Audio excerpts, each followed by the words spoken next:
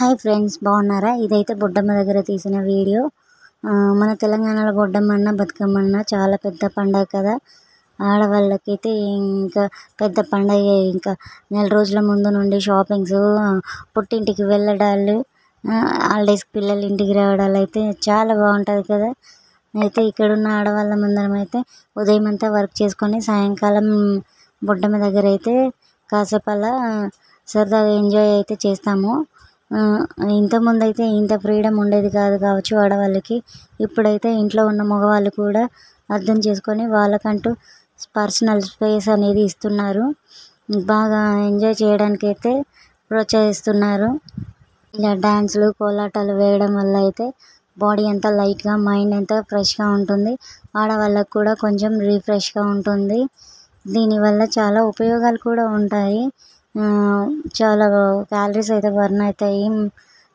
మామూలుగా అయితే పాటలు పాడుకుంటూ చేయడం అంటే ఆయాసము, ఎవరికి అంత ఇంట్రెస్ట్ ఉండదు కాదు కాబట్టి డీజేలు అయితే పెట్టుకొని ఎగురుతారు. అంత సౌండ్లు అయితే పెట్టుకోకుండా కొంచెం చిన్నగా అయితేనే పెట్టుకొని వేస్తారు. మా గల్లీలో ఎవ్రీ ఇయర్ అయితే ఇలా బొడ్డమ్మని అయితే వేస్తారు. ఇంకా ఆడవాళ్ళు అయితే చెప్పవసరం లేదు. ఇక్కడ ఉన్న ఆడవాళ్ళు ఒకరిని మించి ఒకరు అయితే నేను బాగా చేయాలంటే నేను బాగా చేయాలని పోటీ పడి అయితే చేస్తున్నాము.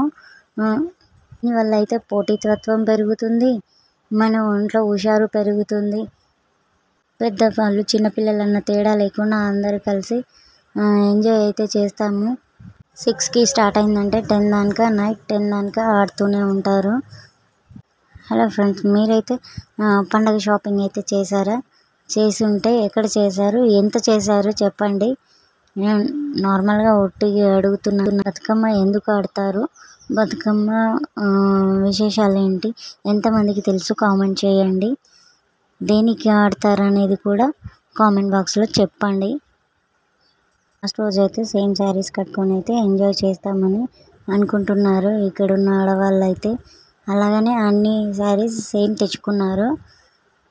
లాస్ట్ రోజు అంటే 9th డే బొడ్డమ్మ దగ్గర కొంచెం ప్రసాదం అయితే చేసి, ప్రసాదం అమ్మవారికి సమర్పించుకొని కాసేపు ఇక్కడ ఆడుకొని అమ్మవారిని అయితే గంగమ్మ తల్లిలో కలిపేస్తారు.